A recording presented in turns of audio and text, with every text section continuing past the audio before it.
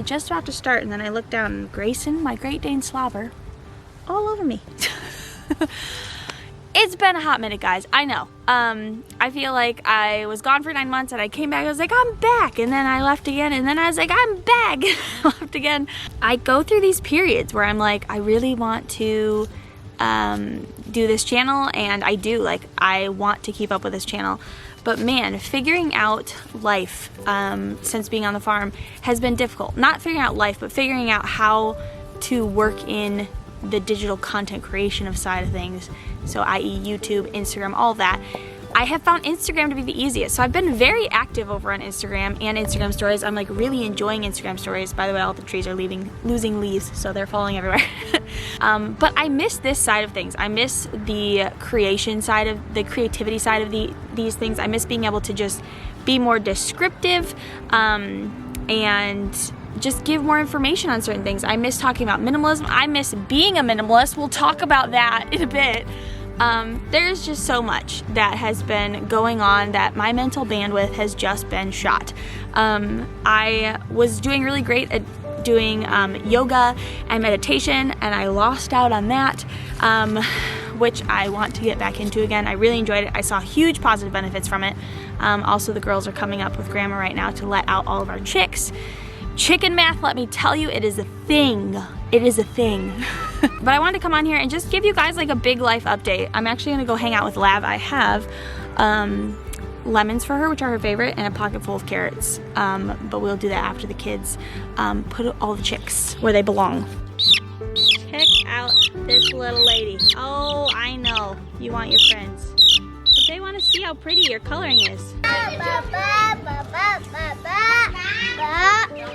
Right now, these two are in temporary pasturing. Don't worry, this is not their normal one is over there, which they've eaten down.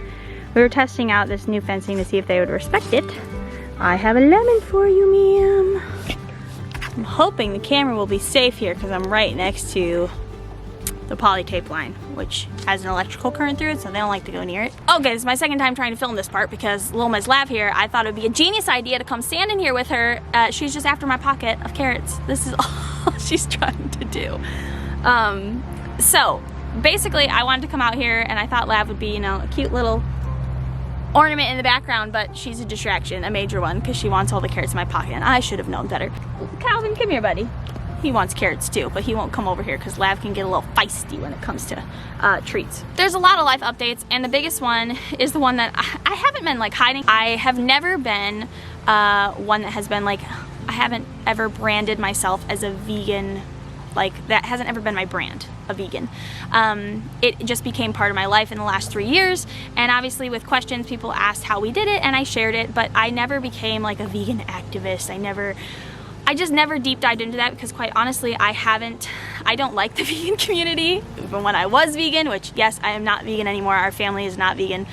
I didn't like the vegan community even when I was vegan. There were very few activists that I watched, and the rest of it I tried to stay away from because I just find the vegan community to be kind of toxic. Basically, I don't feel like because I'm not, like I didn't brand myself as a vegan, I don't feel the need to give like an in-depth reasoning of like why we aren't vegan anymore. But of course, like, I know people are curious, so like I'll talk about it a little bit. Basically, once we moved here, girl, would you stop?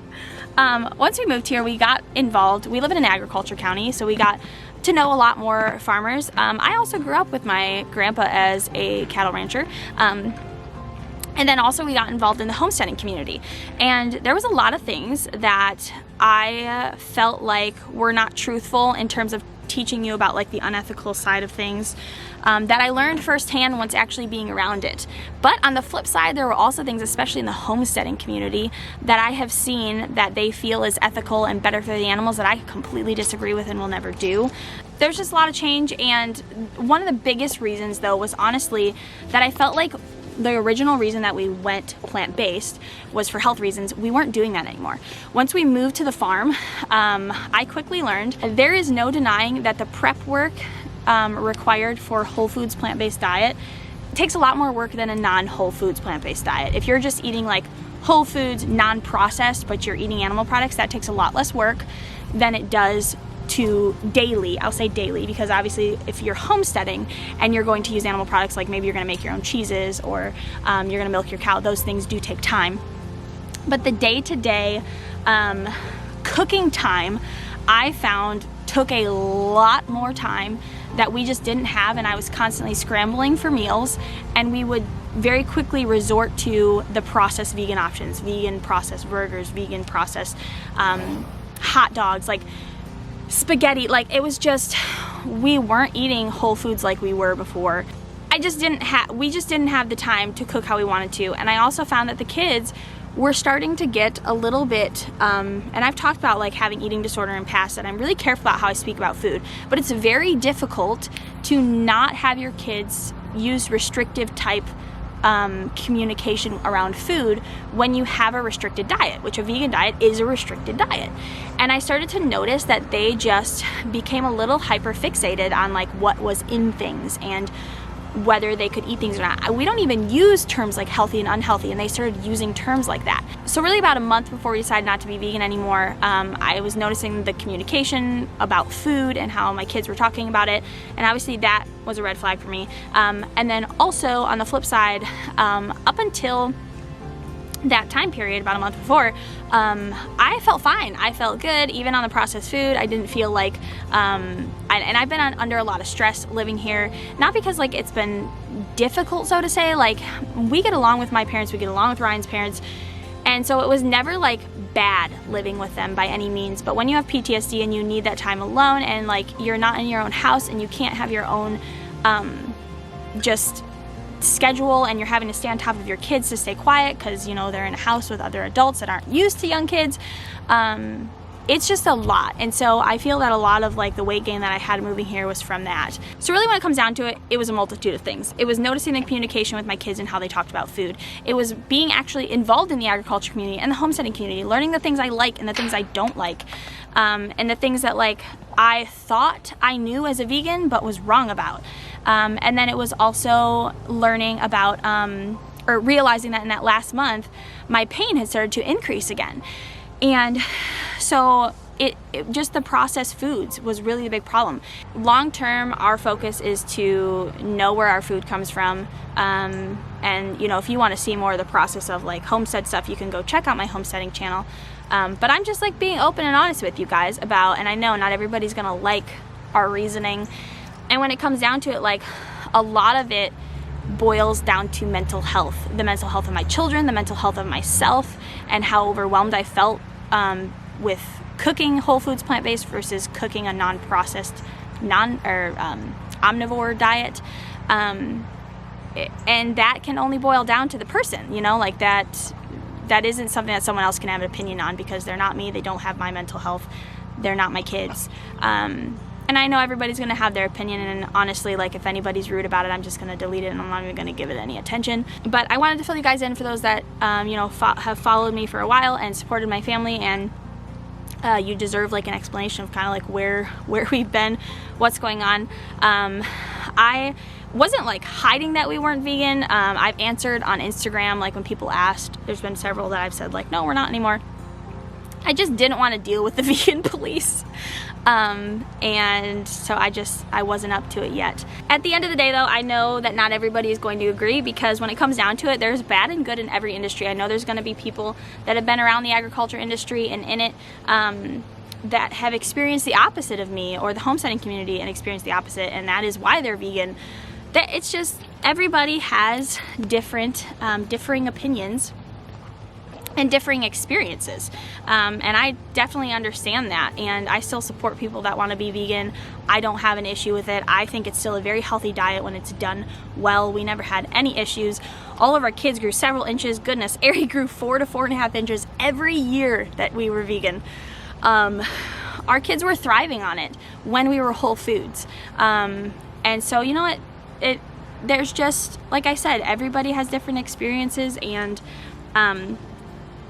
that's just the way the world is. But from my experiences and what I have learned, there are certain ways to do things, and like I said, there's certain things that I haven't figured out how to do in a way that the ethical side of me feels comfortable with, like cows.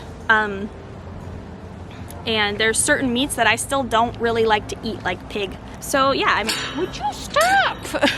Keeps hitting that.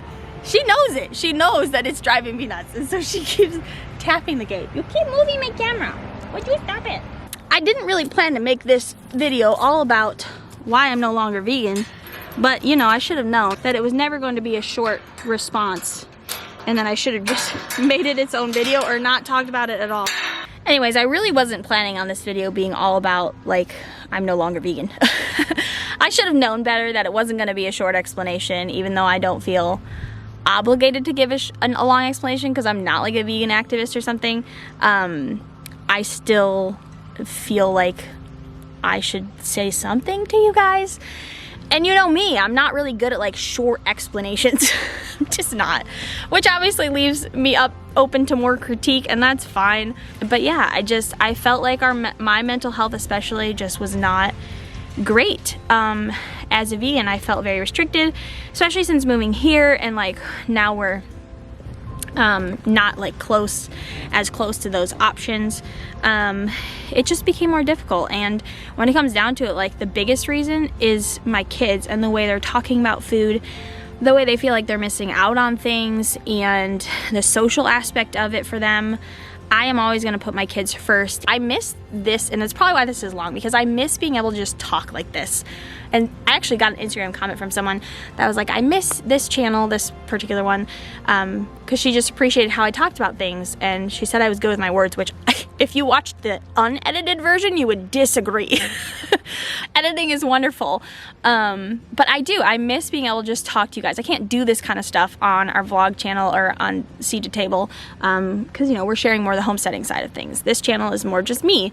I miss, so the minimalism thing. This is going to be like a chatty video. I hope you have like a coffee or a tea or something. I don't even drink coffee, but like, if you do, grab one. So the minimalism thing, yeah, we have not been minimalist since we moved here. I feel like it has been so hard, and I feel like almost like I'm overcompensating for the kids because I feel bad. Again, the living situation isn't horrible. Like, we get along with our parents, but they can't really be kids here. And so I feel like I overcompensate by letting them have more things. I feel like there's just been more need to keep them quiet, which with kids, often that requires something new, because kids they're not designed to be quiet. And you know, on nice days, they're outside and it's great, but they're kids, and sometimes like it's a great day outside, but they don't want to be outside. And in the winter especially, it's very hard. And it's starting to get cold again, so we're inside more. If it's raining, sometimes they'll play outside, sometimes they won't in the rain. But it makes it hard for the kids, and so I feel like I've overcompensated by just giving them new things to do and have. And so I feel like at this point in our journey of life, it has required us to have more things. But in that, it has caused a lot of stress for me and the kids when it comes to cleaning up and just normal care of our environment. And my mental health, especially with all this stuff, has just been very hard. We have been prepping the kids though, and they know and are in support of having less when we move, especially Revelyn. Like, she loves having less things in her room. And they know that like with having less things means they get more time with mom and dad. And so, you know, we've been having those conversations with them already, and they are in support of that, thankfully. But yeah, we have not been minimalists, and I look forward to getting back to how things were. I do feel like it's going to be very easy for us to get back to where we were. My hope is that I can bring everything over like one at a time, not one box at a time, but like a little bit at a time, and go through it and get rid of stuff, because there's a lot of things that we've also had back when we were pretty minimalist before we moved here that we haven't had for over a year, and I'm like, well, we don't need that. We'll see how I feel when I open those boxes, because you know how that works. There definitely is stuff in there that like we do need, like the kitchen stuff we haven't had and all that, because we've been using my parents, and furniture, which we've been using my parents and stuff.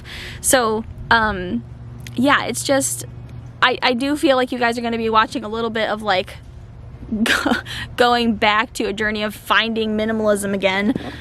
And definitely, like, as when you live on a farm, like, you also have even less of a need for things, because I mean, just look at this. Like, that's our house over there. The kids have all of this space to play in and just be kids. The chickens, goodness, they spend hours a day playing with the chickens, probably. There just is less of a need for things as we have more animals and just stuff to do outside. But then on the flip side, like, there's been more of a need for clothes. Like, we definitely need more clothes now because my kids probably go through 2 sets of clothes a day now living on a farm. But I look forward to this next chapter of being on our forever land, in our forever home, and getting it to where we want it to be minimalism wise, and just it really truly being a home that is full of intentionality and purpose, because right now I have just kind of felt like that's what we're missing, is like our life is not like, we're headed there, but I don't feel like we are living a life of purpose and intentionality when it comes to our stuff at the moment. And it is very windy, and I hope you can hear me. I think those were really the main things I want to talk about. If you guys are interested in any of like the homestead building up, the house building, all of that is over on our Seat to Table channel. We actually retired our vlog channel when we moved here. We started trying to keep up with it, but it was really hard to like separate homestead stuff from vlog stuff, and so we were just like, let's just do it all in one channel. And so if you guys want to keep up with that side of things, definitely go check out over there. But I am excited to get back to this channel, and it may be a month or 2 before I post again here. I don't know. I'm not gonna promise anything. I want to get back to a place of posting regularly and doing all of that, but have grace and patience with me right now as I figure out again what our new life flow is in the new house as we move. But yeah, I think that's going to be it. I love and appreciate you guys and all of the support, and for those that are still around even though I haven't been posting here regularly. Hopefully you guys look forward to kind of this new phase of minimalism for us and living intentionally and what that will look like. But yeah, I'm gonna, maybe I'll show you some chickens before I leave. There's my little silky Clover over there. Clover, where is everybody? And our livestock guardian dog, Thor. If you guys follow our Seat to Table channel, you've met all these guys. What are you guys doing in here? Why is everybody in here? What's the deal? Hops, are you gonna lay for me soon? Because you are like days away from laying and I am waiting, girl.